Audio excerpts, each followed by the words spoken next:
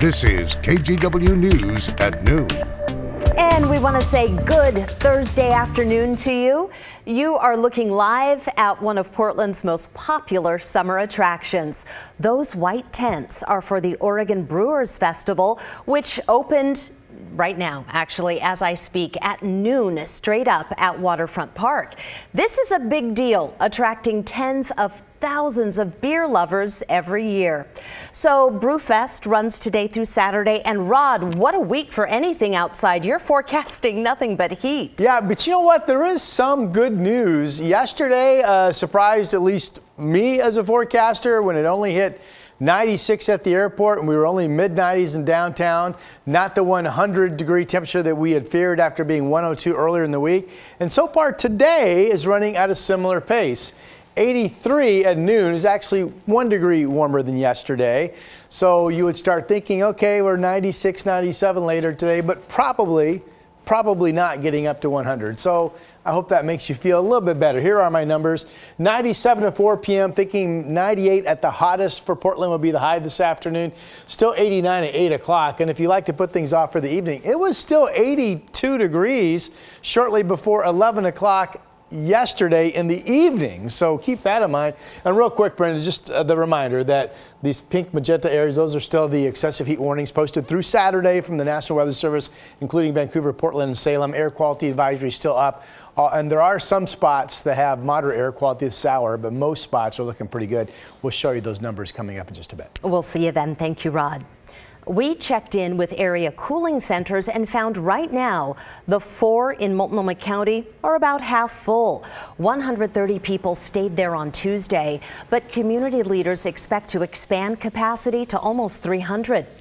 Beaverton reported that 9 people stayed at the city's cooling center Tuesday night, and Washington County opened the Salvation Army building and Beaverton Community Center for overnight stays. In East Multnomah County, the Sunrise Center says it had 75 people come through and 27 spent the night. Kylie Wadsworth is one of them. She's been homeless for several years and was living downtown in 2021 during the heat dome. She says this year the county is doing a much better job telling people where they can get help. Yeah, last year I was here for that, and I was downtown and I was actually sleeping outside and down in Chinatown, and people were handing out water and whatnot, but I was actually like passing out and not having a good time, and I didn't know what resources there were. So yeah, this year is definitely a lot better than it was last year.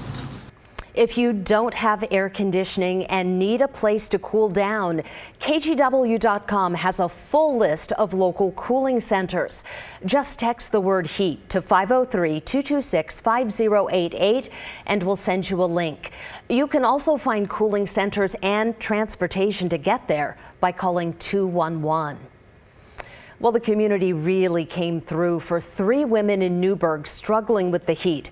They live in low-income housing, and they were about to be evicted for having AC units in their windows. Those are considered a fire hazard. The tenants can buy other types of air conditioning, but they're spendy, and the women couldn't afford them. KGW's Blair Best talked to the Good Samaritan who came to the rescue.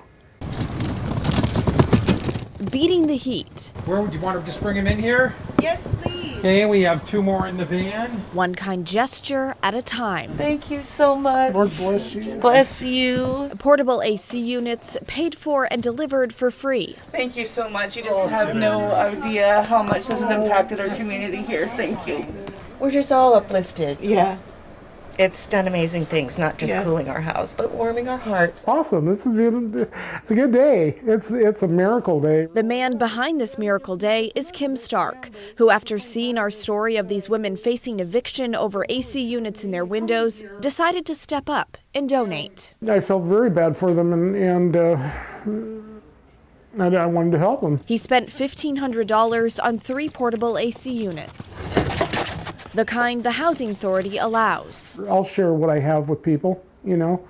I wish I was wealthier because I'd buy more air conditioners for everybody here. I was amazed. I was flabbergasted. Norman Chusid runs Akeney Hardware, where Stark bought the units. We're happy to deliver them for free and get them brought into each unit.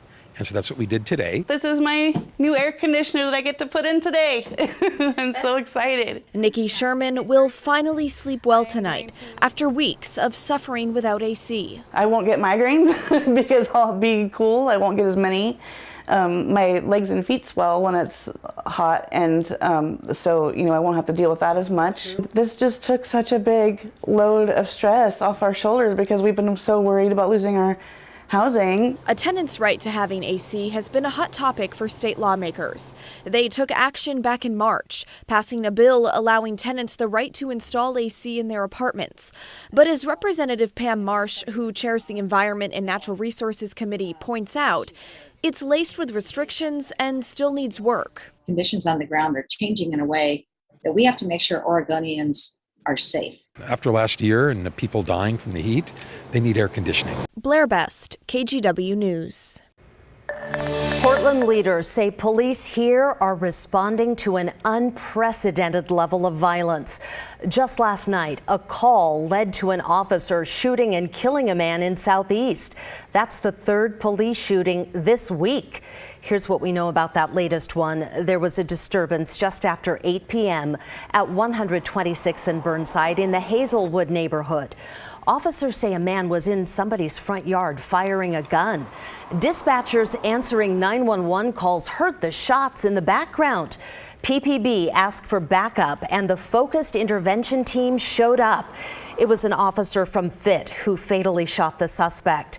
We're working to get more information, but so far, Portland police have not said exactly what happened. As I mentioned, that was the third shooting this week involving Portland police. The first happened Sunday morning. Police shot and killed a man on Southeast Clinton while responding to a domestic violence call. The second happened early Tuesday morning when police shot a suspect who got away in St. John's. So far this year, there have been a total of 5 shootings involving Portland police. Well, the city of Tigard has agreed to pay almost $4 million to the family of a man shot by Tigard police last year. As Catherine Cook reports, the death of Jacob Mcduff has also sparked policy changes.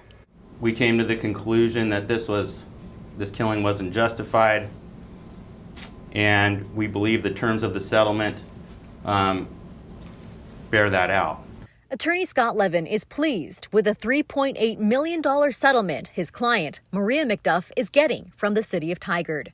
Her son, 26-year-old Jacob Mcduff, was shot and killed by Tigard police on January 6, 2021. Officers were called to his apartment for a domestic disturbance. Loved ones say he was having a psychotic episode, part of ongoing mental health struggles. Investigators say Mcduff locked himself inside his truck as half a dozen officers surrounded it. About an hour and a half later, this happened. Listen as an officer fires less lethal beanbag rounds at the windshield. There was actually confusion among the officers about how this got initiated in the first place. Just seconds later, a different officer fired real gunshots into the truck, hitting and killing Mcduff. He apparently assumed this was Jacob's shooting because he immediately began shooting Jacob. These findings were part of a forensic reconstruction of events Mcduff's attorneys commissioned. They used evidence released after the Oregon Attorney General's office and a grand jury found no evidence of criminal wrongdoing by the officers.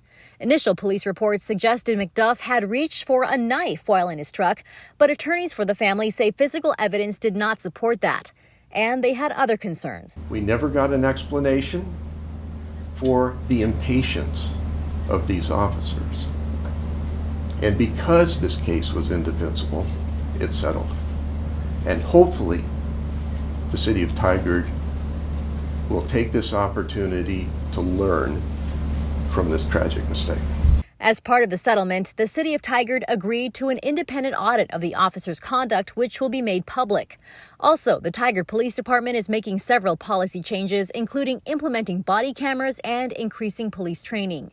A statement from Tigard Police Chief Kathy McAlpine read in part, "First and foremost, to the Mcduff family, I want to personally acknowledge that your son's life was lost. She went on to say, "This police department is committed to learning and growing from our experiences. We did our own thorough review of this case and have made several updates to policies, procedures, and training as a result." The Mcduff's attorney says all of it matters to Jacob's mother. She feels that she made a difference in pursuing this matter on behalf of Jacob, and so she's pleased with that aspect of it. It will never bring her son back. Catherine Cook, KGW News. At 3 o'clock tomorrow, a court appearance for the man involved in a 7-hour standoff with Portland police. This happened yesterday at the Sylvan Heights condos on Southwest Barnes Road. Washington County deputies say 36-year-old Eric Lane was armed and suicidal when he climbed onto the roof and wouldn't come down. They were trying to arrest him on an outstanding warrant. He was also wanted in Salem on charges including domestic violence. Lane eventually surrendered just before midnight. Rescue crews pulled a man's body out of the Sandy River at Oxbow Park yesterday. The Multnomah County Sheriff's Office says it received several reports of somebody floating face down in the river. Deputies and Gresham firefighters brought the man to shore, but paramedics couldn't revive him. No word yet on the man's name or anything about the circumstances surrounding his death. And a Tualatin man is accused of stealing a minivan yesterday with a 9-month-old boy inside.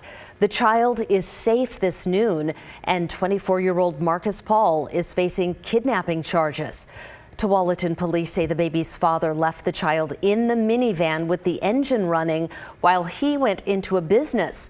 That's when Paul allegedly jumped in and took off, eventually stopping in Oregon City to leave the baby by the side of the road. Somebody passing by found the child and called police. Thankfully, the little boy was not hurt.